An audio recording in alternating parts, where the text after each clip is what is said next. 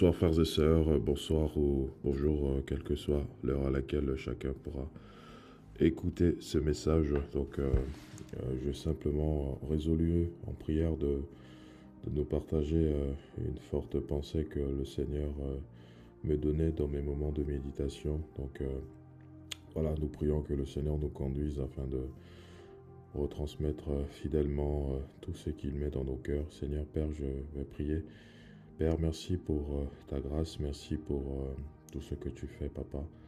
Merci pour cette saison nouvelle et merci pour le vent de ton esprit qui souffle dans nos vies et dans les nations pour préparer, Seigneur, tes enfants à ton retour. Je te bénis, Papa, pour tout ce que tu fais et ma prière est que davantage, Seigneur, en ces temps qui sont les derniers, Seigneur, tu nous réveilles afin de comprendre davantage tes desseins et ta volonté pour notre vie en cette saison.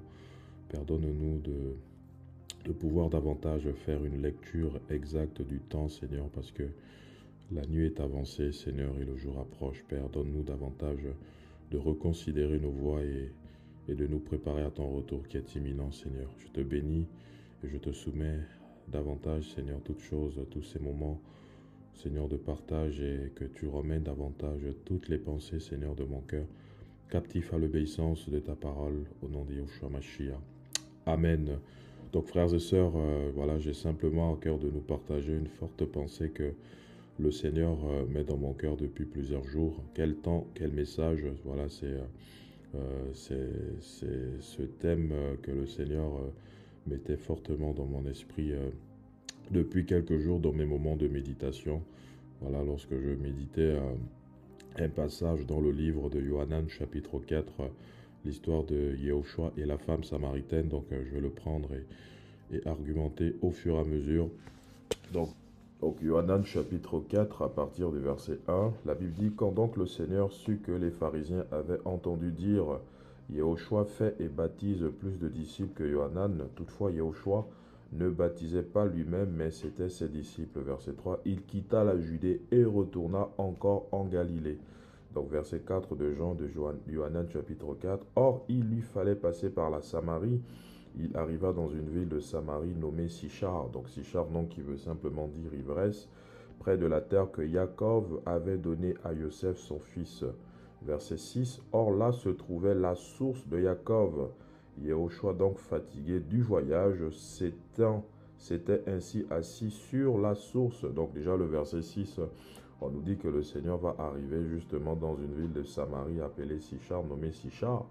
Donc un nom qui veut dire ivresse, Sichar. Et on nous dit au verset 6 qu'il va trouver la source de Jacob. Or là se trouvait la source de Jacob. Yehoshua, donc fatigué du voyage, s'était ainsi assis sur la source, parce que voilà, ce verset 6, quand on lit les versions communes, voilà, ces versions ont traduit tout simplement ce verset par Yehoshua était assis au bord du puits. Donc c'est déjà important de noter cette précision, parce que voilà, le fait que le Seigneur soit assis, voilà, sur la source de Jacob, ce n'est pas anodin, parce que voilà, être assis dans les Écritures symbolise beaucoup de choses. Ça symbolise exercer le pouvoir, gouverner, juger. Donc c'est déjà important d'avoir cette précision-là. Et on nous dit justement, or là se trouvait la source de Jacob. Yehoshua, donc fatigué du voyage, s'était ainsi assis sur la source. C'était environ la 6e heure. Donc le Seigneur va s'asseoir sur la source de Jacob.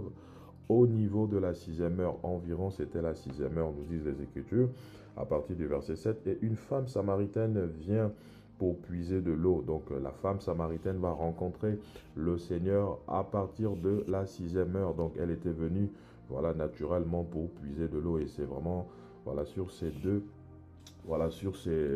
ces deux symboles-là, si je peux les définir ainsi, que j'aimerais vraiment m'attarder, parce que voilà, j'aimerais parler voilà, de l'eau et de la 6e heure, parce que on se rend compte que voilà, la femme samaritaine va se rendre au puits à une heure précise de la journée, et on nous dit que c'était au niveau de la 6e heure, parce que en lisant ce texte, le Seigneur justement a commencé à m'enseigner sur quel temps, quel message. Donc la femme samaritaine, on se rend déjà compte que voilà, elle ne va pas choisir une heure comme ça, tout hasard, pour se rendre au puits de Jacob, où elle était censée aller prendre de l'eau, certainement pour s'abreuver, parce que voilà, on le verra au fil du partage que voilà, il y avait vraiment tout un sens pourquoi la femme samaritaine voilà, va partir au bout de la sixième heure au niveau du puits de Jacob. Voilà, donc j'aimerais voilà, m'accentuer vraiment sur ces deux voilà, si je peux les appeler ainsi, ces deux symboles qu'est l'eau et voilà la sixième heure. Déjà, l'eau, en fait, dans les Écritures, hein, a plusieurs significations. Hein. L'eau est un élément de purification.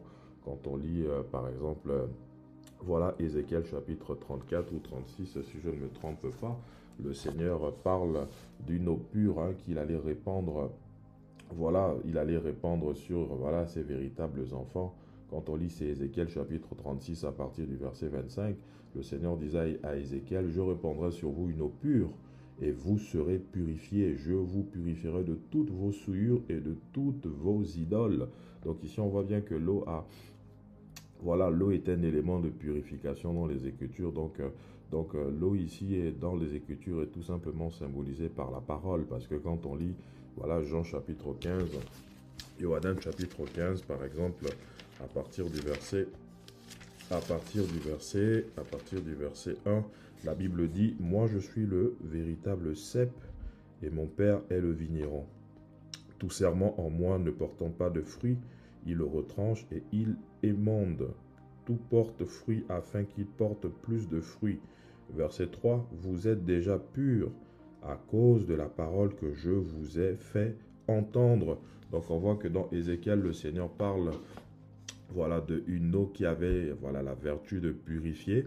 Et justement, cette eau, à la lumière des Écritures, quand on l'examine de plus près, on se rend compte que voilà, la parole est symbolisée par de l'eau. Voilà, c'est justement même dans la rencontre de la femme samaritaine, le Seigneur disait à la femme samaritaine, celui qui boira de mon eau n'aura plus jamais soif. Donc, on voit que l'eau, à la lumière des Écritures, nous parle tout simplement de la parole, parce que le Seigneur disait aux disciples dans Jean 15, Yohanan chapitre 15, déjà vous êtes purs à cause de la parole que je vous ai annoncée. Voilà donc, et on peut encore le voir dans Éphésiens chapitre 1.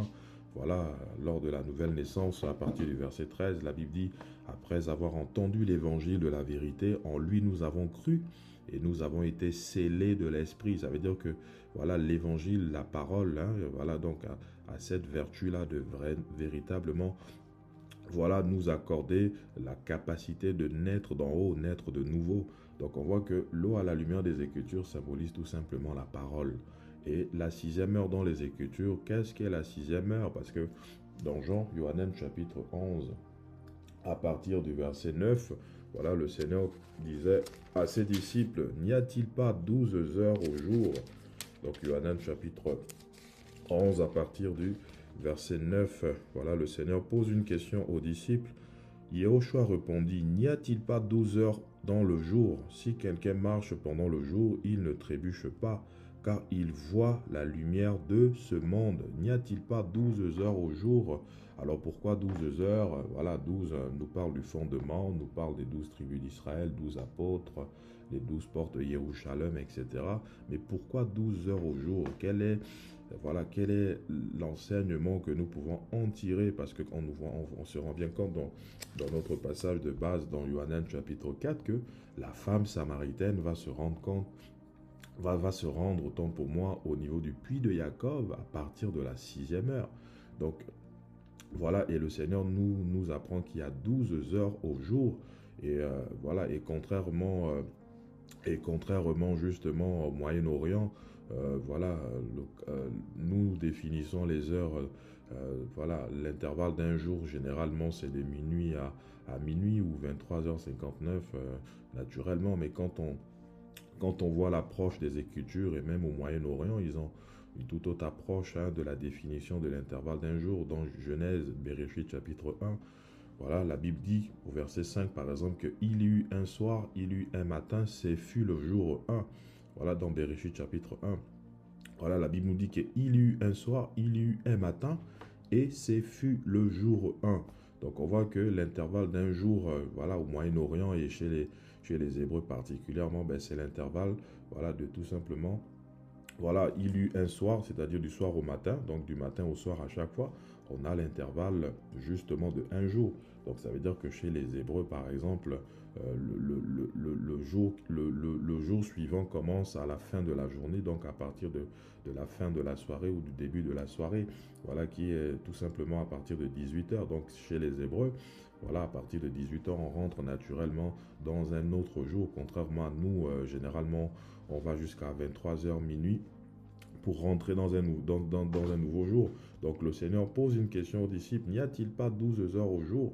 Et c'est là où ça devient intéressant parce que la femme samaritaine va se rendre au puits de Jacob à partir de la sixième heure. Donc la sixième heure dans les Écritures correspond tout simplement, voilà, à midi. Donc, et c'est là où ça devient très intéressant parce que en méditant dessus, le Seigneur a vraiment poussé ma réflexion et il a commencé à m'enseigner sur quel temps, quel message, frères et sœurs, parce que ce n'est pas anodin que la femme samaritaine s'est rendue au puits de Jacob à partir de la sixième heure. Pourquoi? Parce que la sixième heure correspond à simplement à la 12e heure de la journée. Voilà. Et comme on le sait, comme on a pu le constater, et notamment au Moyen-Orient, c'est des périodes de la journée, il fait excessivement chaud.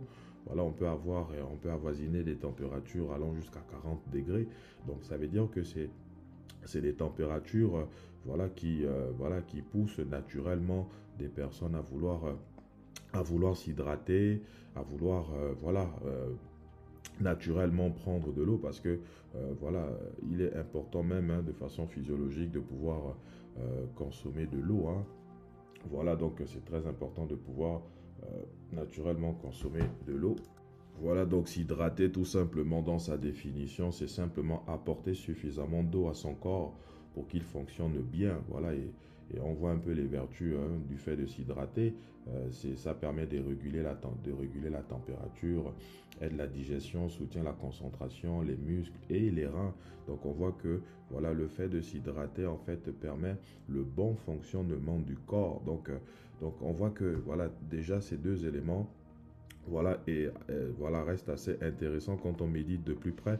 Voilà cette histoire de Yehoshua et la femme samaritaine. Déjà, le Seigneur va s'asseoir sur le puits de Jacob et on nous dit que à partir de la sixième heure, il va faire la rencontre de la femme samaritaine qui était venue au puits de Jacob pour vouloir tout simplement voilà s'hydrater parce qu'elle avait besoin voilà de prendre de l'eau parce que comme je disais tantôt, voilà c'est une heure de la journée, il fait très chaud, donc elle ne s'est pas réveillée un matin comme ça pour choisir une heure à tout va. Au Moyen-Orient, il n'était pas rare de voir que des personnes à partir de la sixième heure de la journée qui correspond à 12 heures, hein, parce que comme je disais tantôt, à la lumière de Yohanan chapitre 11, à partir du verset 9 qu'on a pris, le Seigneur posait une question aux disciples, n'y a-t-il pas 12 heures au jour? Donc la sixième heure correspond tout simplement à la 12e heure de la journée. Et voilà, et naturellement, si on ajoute plus 6, bon, on va arriver à 18 heures. Donc, si la sixième heure correspond à 12 heures, naturellement, si on fait 12 plus 6, on arrive tout simplement à 18 heures, qui est la fin de la journée au Moyen-Orient. Donc, on voit bien que la sixième heure voilà, correspond bien à la 12e heure de la journée et notamment à partir de cette heure-là, mais il fait excessivement chaud. Ça veut dire que la femme samaritaine avait ressenti le besoin dans son âme de partir, voilà, prendre de l'eau au puits de Jacob, parce que justement, le temps qu'il faisait l'avait tout simplement incité à partir au puits pour pouvoir prendre de l'eau afin de s'hydrater. Et voilà, donc quel temps, quel message, frère, parce que à chaque temps est proportionnel à un message. Les Écritures nous disent même quel est ce serviteur fidèle et prudent que son maître a établi sur les gens de sa maison afin de leur donner la nourriture au temps convenable. Donc la femme samaritaine avait soif naturellement.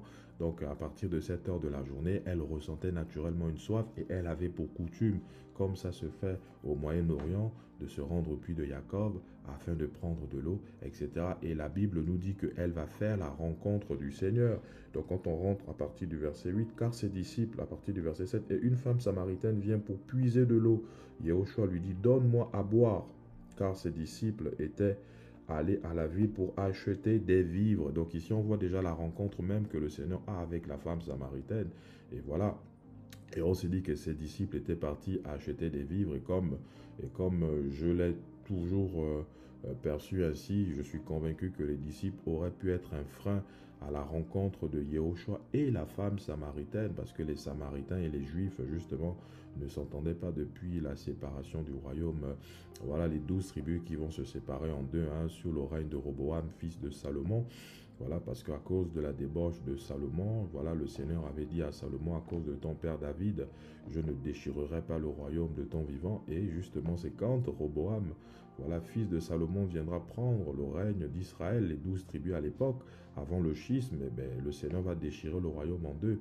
Donc on aura notamment deux royaumes, notamment la partie du nord constituée de 10 tribus, ayant pour capitale Samarie, et la partie du sud constituée de 2 tribus, ayant pour capitale Jérusalem. Donc voilà, le terme juif normalement découle de la tribu de Yehuda, parce que la femme samaritaine dira au Seigneur, mais comment toi qui es juif, tu me demandes, moi, une samaritaine, à boire?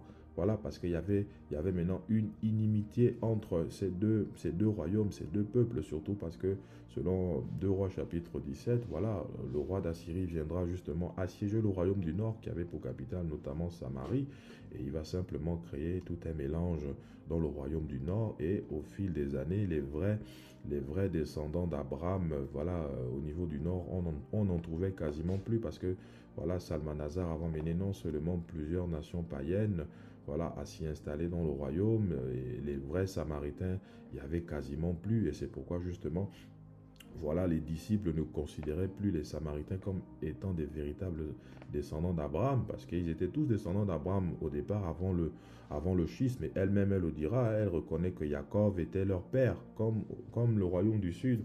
Voilà, Jacob était leur descendant à tous, mais sauf que après l'invasion voilà, des Assyriens, ben, les vrais Samaritains purs, voilà, pure souche, ben, on n'en trouvait quasiment plus. Et c'est justement pourquoi ils étaient méprisés, voilà, des Juifs issus du royaume du Sud, parce que le royaume du Sud avait encore gardé les véritables préceptes de la loi. Il y avait l'observation, voilà, de la loi de Moshe. Ils avaient gardé même le sacerdoce, le temple, l'adoration à Yahweh qui se faisait à Jérusalem, etc.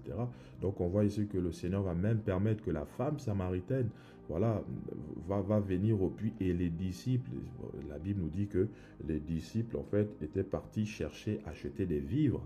Ici déjà c'est même très parlant cette histoire, parce que on se rend compte que le Seigneur avait simplement voulu un cœur à cœur avec la femme samaritaine. Il savait que les disciples allaient et pouvaient être un frein, voilà, justement à sa rencontre avec cette femme-là, parce qu'il avait prévu de rencontrer cette femme-là au puits de Jacob. Voilà, le puits de Jacob qui peut être symbolisé par un endroit où elle partait régulièrement, voilà, s'abreuver de l'eau. Voilà, l'eau qui est l'image de la parole. Le puits de Jacob peut représenter beaucoup de choses. Ça peut représenter des assemblées, ça peut représenter, voilà, une manière de faire, une manière d'agir. Généralement, quand on a envie, voilà, on a envie en fait de satisfaire une soif qu'on peut ressentir au plus profond de nous.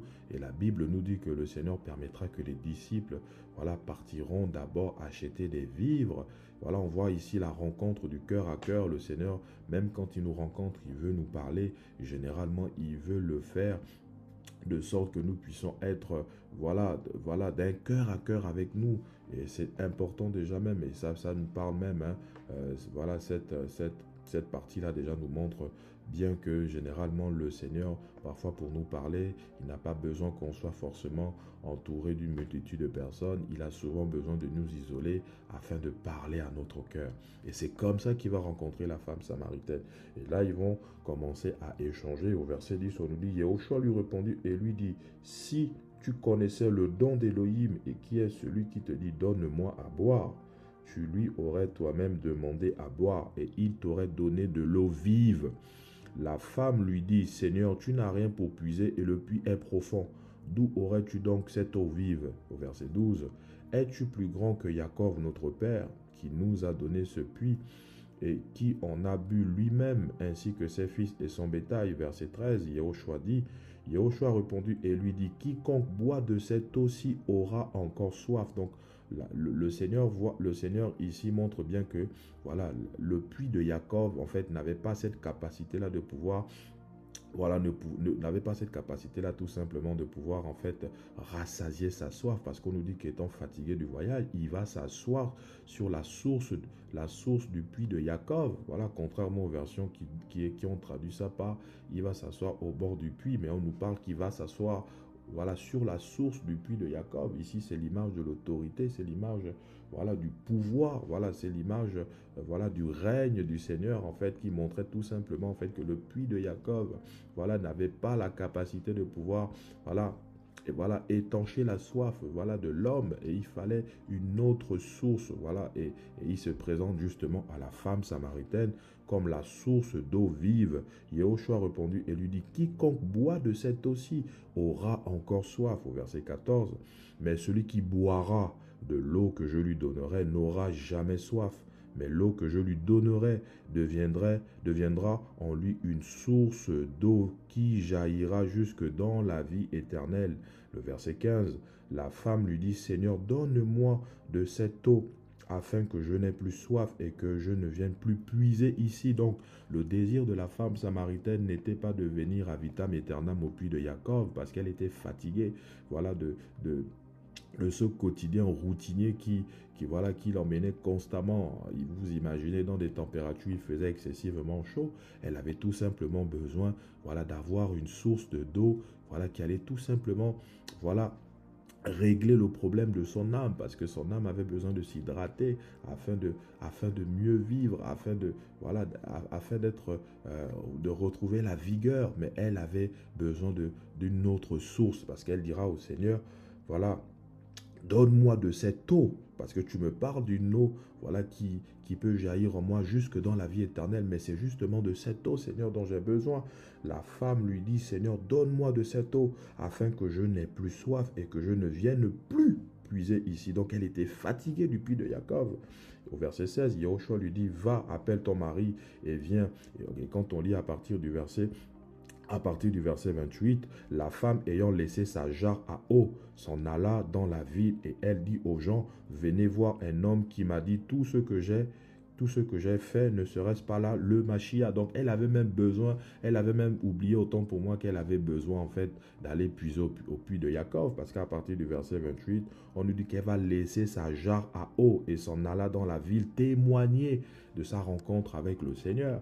Donc on voit ici une femme qui se rend au niveau de la 6e heure, naturellement, parce qu'elle avait besoin, voilà, de prendre de l'eau à cette période du temps, parce qu'il faisait excessivement chaud.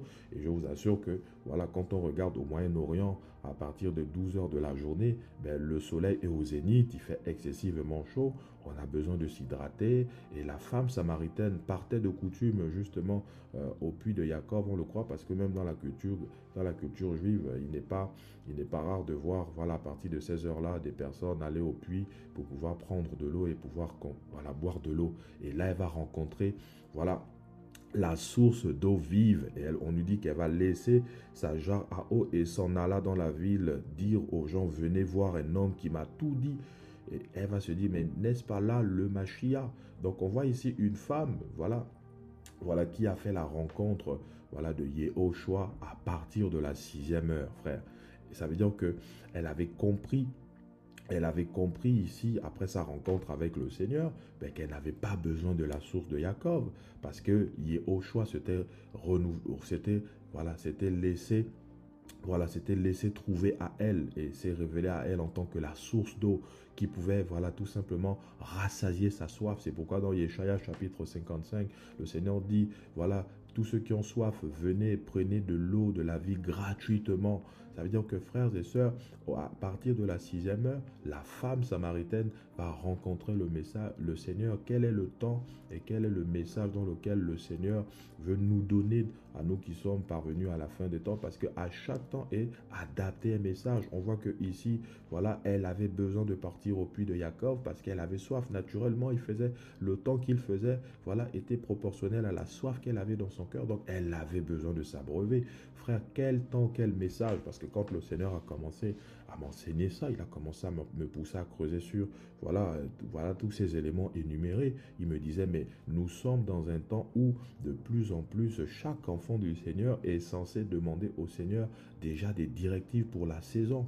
Parce que 2026 est une saison nouvelle et le Seigneur aimerait que chaque enfant, chaque enfant d'Élohim, qu'il a appelé, qu'il a véritablement rencontré, puisse comprendre et discerner le temps dans lequel nous sommes d'abord de façon individuelle.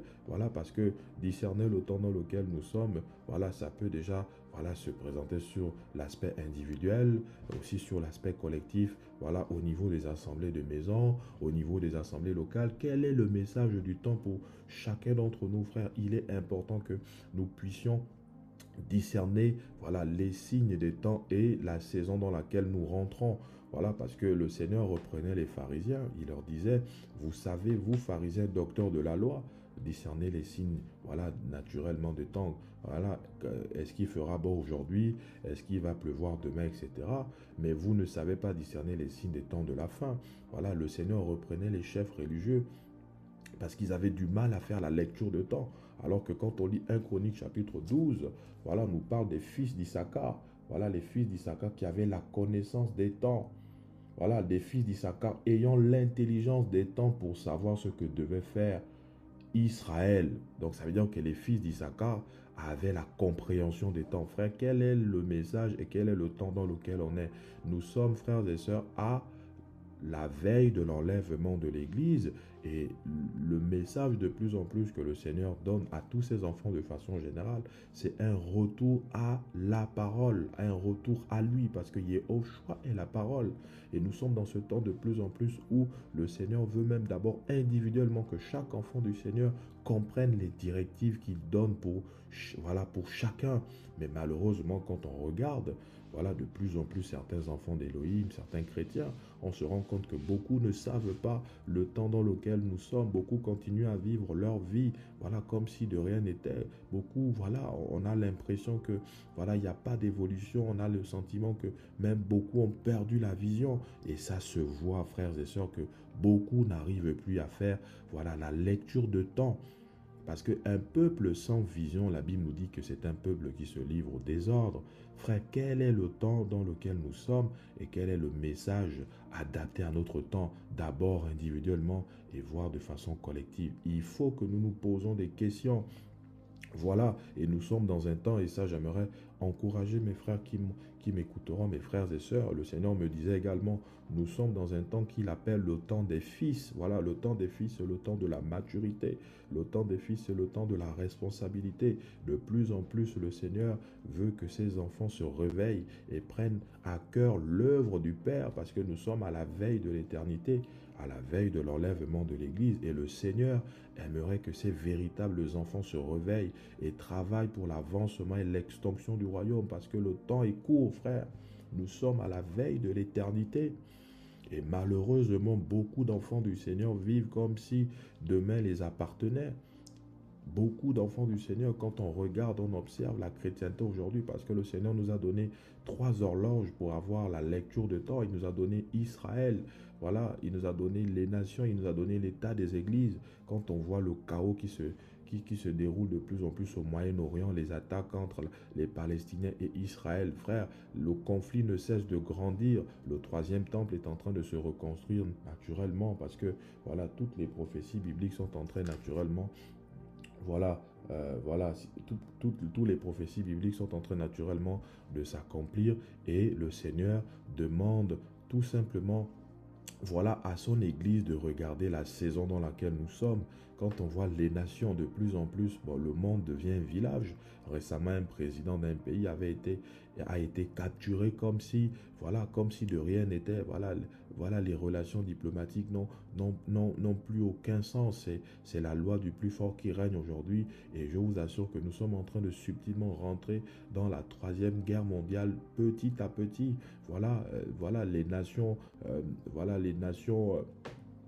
Les nations qui forment des fusions comme l'Ukraine qui était soutenue par l'OTAN et qui était prêt à attaquer la Russie, voilà, une nation communiste, etc. On sait à la lumière des Écritures que voilà, c'est des choses qui vont précipiter tout simplement le chaos. Il va nous faire entrer de plus en plus même dans la troisième guerre mondiale. Mais avant que la troisième guerre mondiale ne déclenche, Yehoshua viendra prendre son église. Donc on voit que déjà ces deux horloges-là nous situent sur les temps dans lesquels nous sommes. Les temps sont mauvais, frère. Les temps sont de plus en plus mauvais. Et quand on parle de la situation des assemblées, n'en parlons même pas. L'apostasie est en train de gagner des vies. Beaucoup des personnes qui ont véritablement été appelées par le Seigneur sont en train tout simplement d'abandonner la foi. Nous sommes dans un temps d'apostasie. Les chrétiens ont perdu la vision. Voilà, comme je le dis généralement, ceux malheureusement qui veulent maintenir et garder la vision avec le Seigneur sont même combattus par leurs mêmes frères et sœurs. Frère, quel est le temps dans lequel nous sommes? Mais nous sommes à la veille de l'enlèvement de l'Église, parce que tous les signes sont au rouge.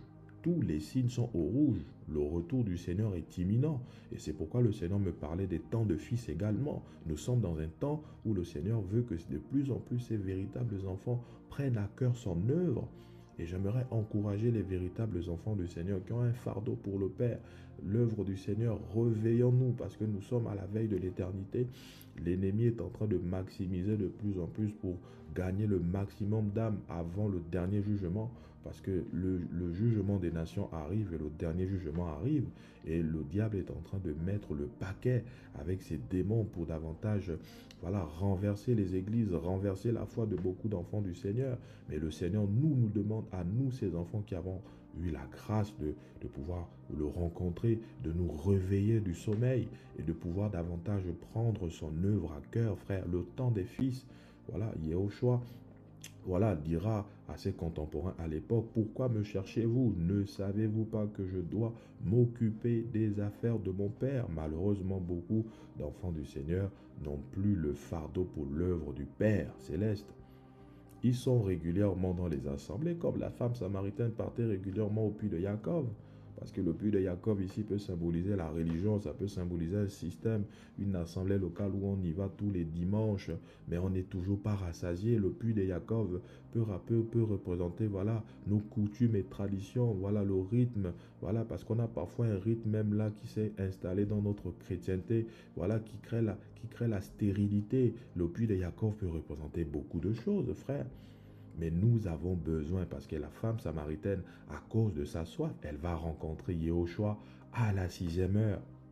Parce qu'elle avait soif. Elle s'est rendue au puits de Jacob parce qu'elle avait soif. Et c'est parce qu'elle avait soif qu'elle va avoir la rencontre de Yehoshua. Je sais que nous sommes dans un temps où beaucoup d'enfants du Seigneur ont soif d'autre chose. Beaucoup d'enfants du Seigneur sont fatigués de la routine. Beaucoup d'enfants du Seigneur sont épuisés des mêmes messages. Beaucoup d'enfants du Seigneur sont fatigués et veulent découvrir le royaume autrement. Et j'aimerais encourager voilà, tous ces enfants du Seigneur à saisir le temps dans lequel nous sommes. Et le Seigneur donne forcément des directives à chacun. C'est à nous maintenant de saisir, parce que le Seigneur, voilà, nous sommes dans un temps où le Seigneur demande à beaucoup de ses enfants, et ça je vous le dis, à mes frères et sœurs qui m'écoutaient, de la part du Seigneur, nous sommes dans un temps que le Père appelle le temps des fils. Il faut travailler pour l'avancement du royaume, parce que bientôt la trompette sonnera et on rendra compte pour la gestion des dons et des grâces que le Seigneur nous aurait confiés. On va prendre un passage dans Luc chapitre 19. Voilà, que le Seigneur nous aide, frère. Quel est le temps dans lequel nous sommes? Quel est et quels sont les messages adaptés et appropriés pour notre saison? Ce n'est pas le temps de nous parler de l'homme, ce n'est pas le temps de nous parler, je ne sais pas, d'une religion quelconque, d'un système religieux ou d'un mouvement en particulier. Ce n'est plus le temps, c'est le temps de nous parler de Yehoshua. C'est le temps de nous parler du Mashiach parce qu'il revient. Et l'une des choses que le Seigneur me disait, il me disait de plus en plus, il aimerait qu'on prêche la rigueur de sa parole parce qu'il revient. Il faut que les cœurs des filles soient ramenés, voilà, soient ramenés vers le Père céleste, le géniteur de nos âmes, parce qu'il est le pasteur et le berger de nos âmes, Yehoshua. Il me disait, il faut de plus en plus prêcher un véritable retour aux Écritures, donc à sa parole, donc à lui. Il faut de plus en plus présenter Yehoshua et Yehoshua seul. C'est pourquoi Paulos même, aux assemblées de Corinthiens qui passaient leur temps à se diviser, qui passaient leur temps à se quereller, qui passaient leur temps à se discuter qu'ils étaient tel groupe était de Céphas, d'autres étaient de Paulos. Il leur disait, mais je ne veux entendre chez vous qu'une seule chose, Yehoshua et Yehoshua crucifié. Nous sommes dans un temps, il faut présenter Yehoshua parce qu'il revient. Et beaucoup d'enfants du Seigneur sont dispersés dans les nations. Beaucoup sont confus. Beaucoup pensent même suivre le Seigneur comme le Seigneur me le faisait remarquer. Mes frères, beaucoup ne suivent même plus le Seigneur. Voilà, ils ont cru que suivre le Seigneur, c'était être régulièrement dans des programmes de réveil. Ils ont cru que suivre le Seigneur, c'était régulièrement et être fidèle à son poste dans des programmes de réveil. Non, suivre le Seigneur, c'est plus que ça. C'est apprendre à marcher parce qu'on apprend tous à suivre le Seigneur. Parce qu'on a été tous à un moment donné de notre marche où on a été dans la routine. Mais le Seigneur de plus en plus, voilà, nous demande de nous réveiller, de sortir du sommeil. Frère, sortons, voilà, de cette vie chrétienne morose, sclérosée. Il y a beaucoup d'enfants du Seigneur, voilà, qui ont reçu des grâces, des choses, des directives claires à faire de la part du Seigneur. Mais qu'est-ce que nous faisons, frère? Nous sommes dans un temps où le Seigneur veut que ses enfants travaillent pour l'avancement du royaume.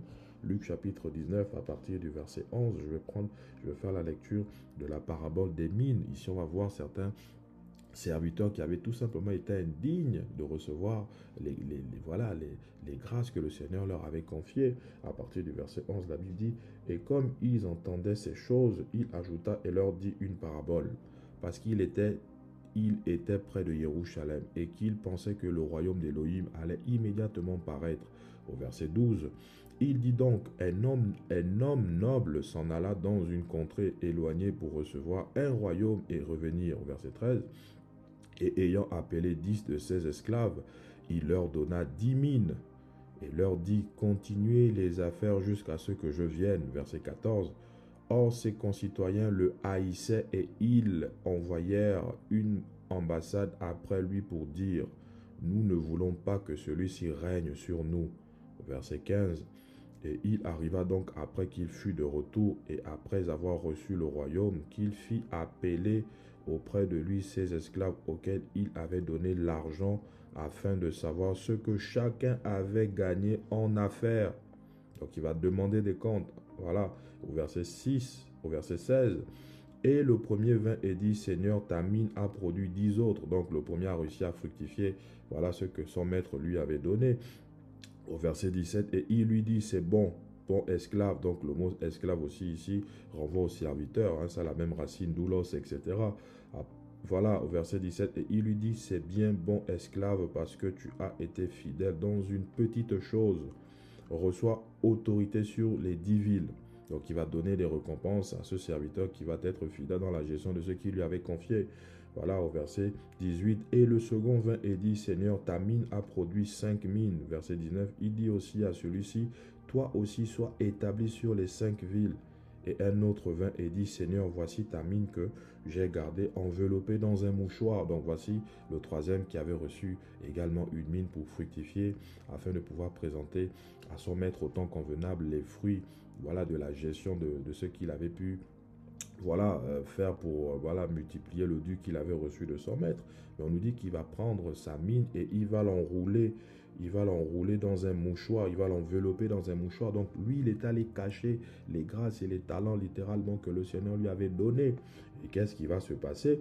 Au verset 21, car j'avais peur, il donne la justification pour laquelle il n'a pas pu fructifier tout ce que le Seigneur lui avait confié. Car j'avais peur de toi parce que tu es un homme sévère.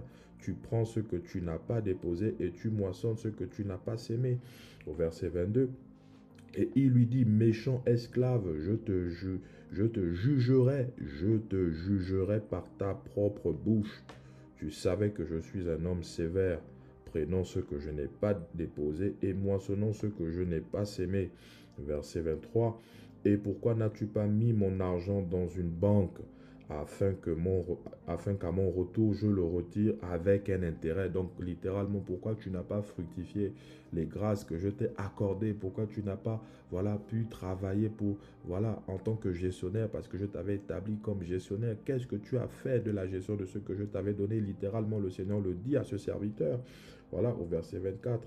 Et Et il dit à ceux qui étaient présents, ôtez-lui la mine et donnez-la à celui qui a les 10 mines.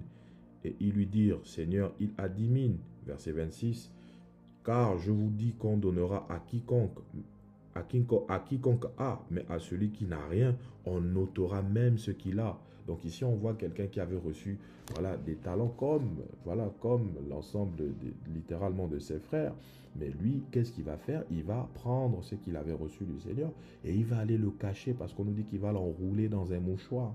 Et quand le maître viendra demander des comptes pour la manière dont voilà, chacun avait pu gérer ce qu'il leur avait confié, ben, la Bible dit que le Seigneur va même ôter à la fin ce que la personne avait reçu pour le confier à celui qui avait 10 autres de plus. Donc on voit ici que le Seigneur, au bout d'un moment, avait tout simplement retiré voilà, ce qu'il avait confié à celui qui avait refusé de fructifier les dons, les grâces, littéralement, parce que c'est une image, hein, cette parabole, c'est une image des grâces, des dons, des talents que le Seigneur nous confie. Parce que des fois, le fait de ne pas travailler, le fait d'être inactif, mais ça fait quoi? Ça fait que parfois le Seigneur retire les manteaux, il les confie à d'autres personnes. Et c'est comme ça que beaucoup parfois passent à côté de l'œuvre que le Seigneur leur demande de faire. Parce que frère, le Seigneur n'a pas besoin de nous pour faire son œuvre. Il nous rend participants. C'est une grâce. Et il faut qu'on saisisse à chaque fois que le Seigneur nous donne des directives. Qu'est-ce que nous faisons? Et je veux vraiment parler aux véritables enfants du Seigneur. C'est l'heure de se réveiller parce que la nuit est avancée. Ne faisons pas comme ce mauvais gestionnaire-là qui avait reçu des grâces, littéralement des talents de son maître, mais qui n'avait pas su fructifier ce que son maître lui avait confié. Et la Bible dit il va même retirer à ce mauvais serviteur, voilà ce qu'il avait reçu, et il va le confier à celui qui avait 10, à celui qui avait 10 mines.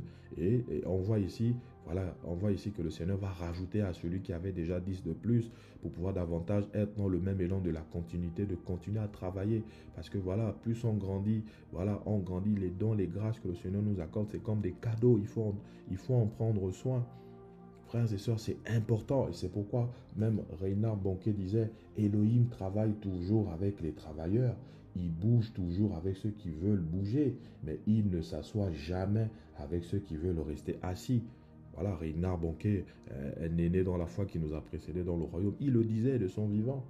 Il disait qu'Elohim travaille toujours avec les travailleurs et bouge toujours avec ceux qui veulent bouger, mais il ne s'assoit jamais avec ceux qui veulent rester assis. Nous sommes dans un temps que le Seigneur appelle les temps des fils. Les temps des fils, c'est le temps des fils, c'est le temps de la responsabilité. Le Seigneur, j'aimerais dire à beaucoup d'enfants du Seigneur, de la part du Seigneur, c'est le temps de la responsabilité, c'est le temps de grandir, c'est le temps de la maturité, c'est le temps d'évoluer, c'est le temps d'élargir l'espace de sa tente. C'est plus le temps de rester dans la routine. Quand on regarde la vie des premiers disciples du Seigneur, c'était une église dans le feu. Pourquoi? Parce que c'était une assemblée en mouvement. C'était des assemblées locales dans le mouvement. Même physiologiquement, quand on voit un corps humain voilà, qui est inapte au niveau de certains membres, on dit même que le corps est handicapé. Voilà, quand un corps au niveau de la partie inférieure, voilà, les orteils ont des soucis, le bassin, etc. On dit que ce corps est handicapé, frère. Et beaucoup de chrétiens sont allés enterrer. Voilà, et je vous assure que le serviteur inutile, voilà, dans cette parabole, on voit bien qu'il n'a pas été agréable à son maître. Et tout porte à croire que toute personne qui ne sera pas agréable au Seigneur le jour de l'enlèvement, mais les personnes vont tout simplement rester. Frère, attention, moi j'ai déjà en esprit comparu devant Yehoshua. Il m'a déjà demandé, qu'as-tu fait pour moi? C'est une parole qui reste gravée à jamais dans mon esprit. Et croyez-moi frère, ce jour j'étais seul et j'en parle de plus en plus. Qu'as-tu fait pour moi? Parce que des fois, on était de plus en plus maintenant concentré sur certaines choses de la vie, etc. Aussi à cause du découragement, tout ce que les hommes peuvent dire, etc. Mais nous avons fait le choix, frère, de suivre Yehoshua. Nous avons fait le choix d'obéir au maître, frère. Que ça plaise ou pas, nous voulons de plus en plus simplement être agréable au Seigneur et faire tout ce qu'il nous demande de faire. Que ça plaise pas, de toute façon, on rendra seul des comptes au Seigneur. C'est le temps, et nous sommes dans un temps que le Seigneur appelle le temps des fils. Le temps des fils, c'est la responsabilité. Voilà, parce que beaucoup se trouvent en marge de l'œuvre du Seigneur. Beaucoup ont abandonné voilà, les dons, les grâces, les visions même que le Seigneur leur avait confiées. Beaucoup, je vous le dis de la part du Seigneur, c'est le temps d'aller déterrer toutes ces choses et de commencer à faire ce que le Seigneur vous met à cœur de faire. C'est pourquoi beaucoup ont séché, beaucoup sont morts dans l'esprit. Voilà, parce que on demandera beaucoup à celui à qui on a beaucoup donné, nous disent les Écritures. Et celui qui a même, on notera ce qu'il a. Celui qui refuse de travailler, comme ce gestionnaire, voilà, ce mauvais gestionnaire qui avait caché ce que le Seigneur lui avait confié. Frère, quel temps, quel message, nous sommes dans quelle saison? Il faut que même individuellement on sache qu'est-ce que le Seigneur attend de chacun de nous. C'est ça la vision, mais beaucoup ont perdu la vision malheureusement. Et il faut qu'on revienne au pied du Seigneur, que ceux qui s'étaient déjà détournés, frère, être régulièrement dans des programmes, ce n'est pas mauvais la communion fraternelle, mais la communion fraternelle, une bonne communion fraternelle découle d'abord d'une bonne intimité avec le Seigneur. La relation verticale d'abord avant la relation horizontale. Malheureusement, beaucoup d'assemblées sont remplies des personnes qui n'ont plus de relation verticale avec le Seigneur. Quand on les voit, on voit bien qu'ils n'ont plus de vision. Et c'est pourquoi il y a le désordre dans nos assemblées. Parce que les gens finissent par vouloir plaire aux hommes. Ils finissent par, par se comporter, comme des fils du diable dans les assemblées. Parce que beaucoup ne sont plus et n'ont jamais même été au pied du Seigneur pour la plupart. Mais j'aimerais vraiment parler aux véritables enfants du Seigneur. C'est le temps de nous réveiller du sommeil et de faire tout ce que le Seigneur nous mettra à cœur de faire. Parce que la nuit est avancée, le Seigneur est en train de revenir et il veut de plus en plus que ces enfants, ces véritables enfants portent son fardeau. Voilà, il disait au prophète Yeshaya, mais qui enverrai-je? Qui enverrai-je et qui marchera pour nous? Qui enverrai-je et qui marchera pour nous? C'est une saison dans laquelle le Seigneur pose cette question. Qui enverrai-je et qui marchera pour nous? Frères, nous voulons répondre à l'appel du Seigneur. C'est pourquoi des frères et sœurs qui ne comprennent pas, frères et sœurs, je nous encourage toujours à la prière. Le Seigneur ne nous appelle pas à nous calomnier les uns les autres. Si on ne comprend pas quelque chose, on l'a toujours dit, mais bon, je crois que il y en a quoi qu'apprenant, comme disent les Écritures, ils n'arriveront jamais à la connaissance de la vérité. J'aimerais vraiment encourager les véritables enfants du Seigneur. Faisons attention, si on ne comprend pas certaines choses, prions le Seigneur. Si on ne comprend pas le travail d'aide de notre frère, prions le Seigneur. Voilà, et soutenons-le. Apprenons aussi à nous encourager. Nous sommes des mêmes royaumes. On n'a qu'un seul ennemi, frère. C'est le diable, l'ennemi de nos âmes. Parce que son quartier général est très très bien organisé. Malheureusement, les chrétiens, comme disait quelqu'un, c'est la seule armée qui détruit ses soldats. Frère, le Seigneur est en train de revenir. C'est pourquoi les véritables enfants du Seigneur doivent se réveiller et prendre à cœur l'œuvre du Seigneur, me disait le Seigneur aussi. Parce que nous sommes dans cette saison-là, la saison des fils. Voilà, la saison des filles et des fils d'Élohim. Il faut que les enfants du Seigneur se réveillent parce que Yehoshua revient. La trompette retentira bientôt et il nous faut sortir du sommeil, sortir de cette vie sclérosée, de cette vie morose chrétienne que le système religieux veut faire peser sur nous. Il faut sortir de là, frère. Babylone, c'est une mentalité. Babylone, c'est une idéologie. Il faut de plus en plus que nous combattons ce système qui veut nous asservir, dans un fonctionnement que le Seigneur, la Bible ne nous a pas donné. Le Seigneur ne nous a pas donné. Il faut véritablement qu'on se fasse violence, frère. Parce que le Seigneur revient. Quel temps, quel message, même individuellement, quel est le message pour chacun d'entre nous? Il faut que de plus en plus, on interroge le Seigneur, qu'on soit au pied du Seigneur pour comprendre quelle est sa volonté. Non seulement sur le plan local, parce qu'il y en a certains, même au niveau des assemblées locales dans les nations, le message du temps même, c'est d'abord l'unité de l'esprit. Ce n'est même pas une histoire d'abord de faire des œuvres, frère. Non, il faut comprendre. Quel est le message du temps même pour notre assemblée locale? C'est quoi le message du temps même pour notre assemblée de maison? C'est quoi le message du temps? Parce que nous sommes dans une saison nouvelle et à chaque saison est adaptée à un temps. Parce qu'il y en a même, j'insiste là-dessus, le message du temps, c'est l'unité de l'esprit. Ce n'est pas de faire des œuvres à tout va, c'est l'unité de l'esprit. Parce qu'on ne peut jamais plaire au Seigneur par nos œuvres, frère. Si les œuvres pouvaient être, l'élément qui pouvait attirer les faveurs du Seigneur, mais toutes les assemblées d'Apocalypse, littéralement, devaient être agréables au Seigneur. Toutes les assemblées d'Apocalypse, le prophète Yeshaya disait même que la justice de l'homme est comme un vêtement souillé. Malheureusement, beaucoup font des œuvres même pour masquer la perte de vision. Beaucoup là même, le Seigneur me disait, ils font beaucoup d'œuvres, mais c'est pour masquer la perte de vision. Il y en a qui l'avaient appelé, voilà, dans des grâces spécifiquement même de la parole, etc. Ils sont maintenant en train de faire beaucoup d'œuvres sociales, ils créent des associations, même alors qu'ils n'ont jamais vraiment reçu l'appel là même du Seigneur. Ça devient une habitude, une routine, parce qu'il n'y a plus la vision. Et la meilleure façon de masquer ça, c'est de créer une association, de commencer à s'investir dans le social. Ben, je ne dis pas que c'est pas mauvais. Nous-mêmes, on travaille dans le social. Il y a forcément un pan associatif dans l'œuvre que le Seigneur nous met à cœur de faire. Mais il y a des gens qui ont véritablement reçu le fardeau. C'est un appel aussi. Dans la libéralité, c'est un appel, frère. Tout chrétien, voilà, travaille dans ce sens. Mais il y en a qui ont reçu véritablement l'appel, comme il y en a qui ont reçu l'appel pour, voilà, pour travailler dans les 5 ministères de la parole, etc. Il faut que chacun reste dans son couloir. Mais beaucoup qui ont perdu la vision, me disait le Seigneur, ils créent aujourd'hui facilement des associations parce que c'est la meilleure façon de masquer la perte de vision, alors que le Seigneur n'a jamais appelé certains dans certains couloirs. Il me le disait. Quel est le message du temps, frère? Le message du temps, c'est revenir à Yahushua, c'est revenir à ses pieds, afin que lorsque la trompette sonnera, frère, on soit trouvé digne de monter, parce que le Maître est en train de revenir. Yahushua revient. Ce n'est plus le temps de rester dans des goupilles, ce n'est plus le temps de rester dans des querelles sans fin. Moi, j'ai dit, Seigneur, nous voulons passer à autre chose. Nous sommes fatigués, voilà, de ces chrétiens qui veulent constamment nous retarder avec des cancans en non point fini. Quand on voit leur vie même, il y a beaucoup là, c'est la mort depuis des années. Et ils ne veulent plus saisir les interpellations du Seigneur. Mais on veut avancer avec ceux qui veulent avancer. Frère, Yahushua revient et nous voulons travailler pour l'avancement du royaume. Quel temps, quel message, frère. Voilà.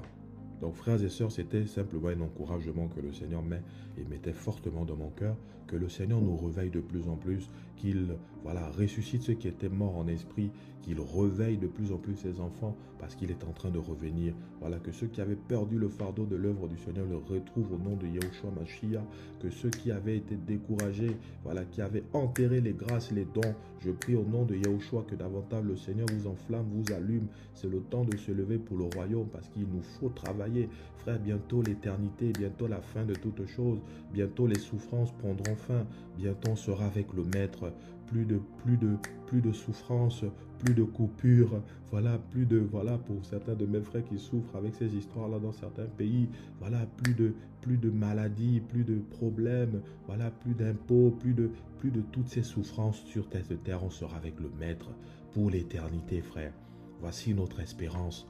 Être avec le Maître pour l'éternité, que ceux qui ont perdu cette vision-là retrouvent le retour du Seigneur. La vision du retour du Seigneur a même disparu de beaucoup des cœurs. Frère, le message du temps, c'est la préparation de l'épouse. C'est pourquoi il nous faut de plus en plus être au pied du Seigneur et déjà travailler pour l'avancement du royaume, parce qu'il n'y a plus le temps.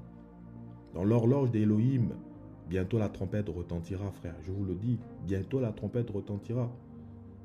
L'heure est avancée. La nuit est avancée, le jour approche. Il nous faut nous dépouiller des œuvres des ténèbres et travailler pour l'avancement du royaume, afin que nous soyons trouvés dignes de rentrer dans la demeure de notre Père Céleste. Donc, frères et sœurs, c'était cet encouragement. Que Yahushua nous garde, nous fortifie et nous bénisse davantage. Et ma prière est que nous saisissons sa pensée pour ces temps de la fin. D'abord pour notre vie et aussi collectivement pour nos assemblées locales et nos assemblées dans divers endroits. Voilà, dans les nations. Que le Seigneur vous bénisse. Shalom à tous et que son nom soit béni au nom de Yahushua Mashiach. Amen.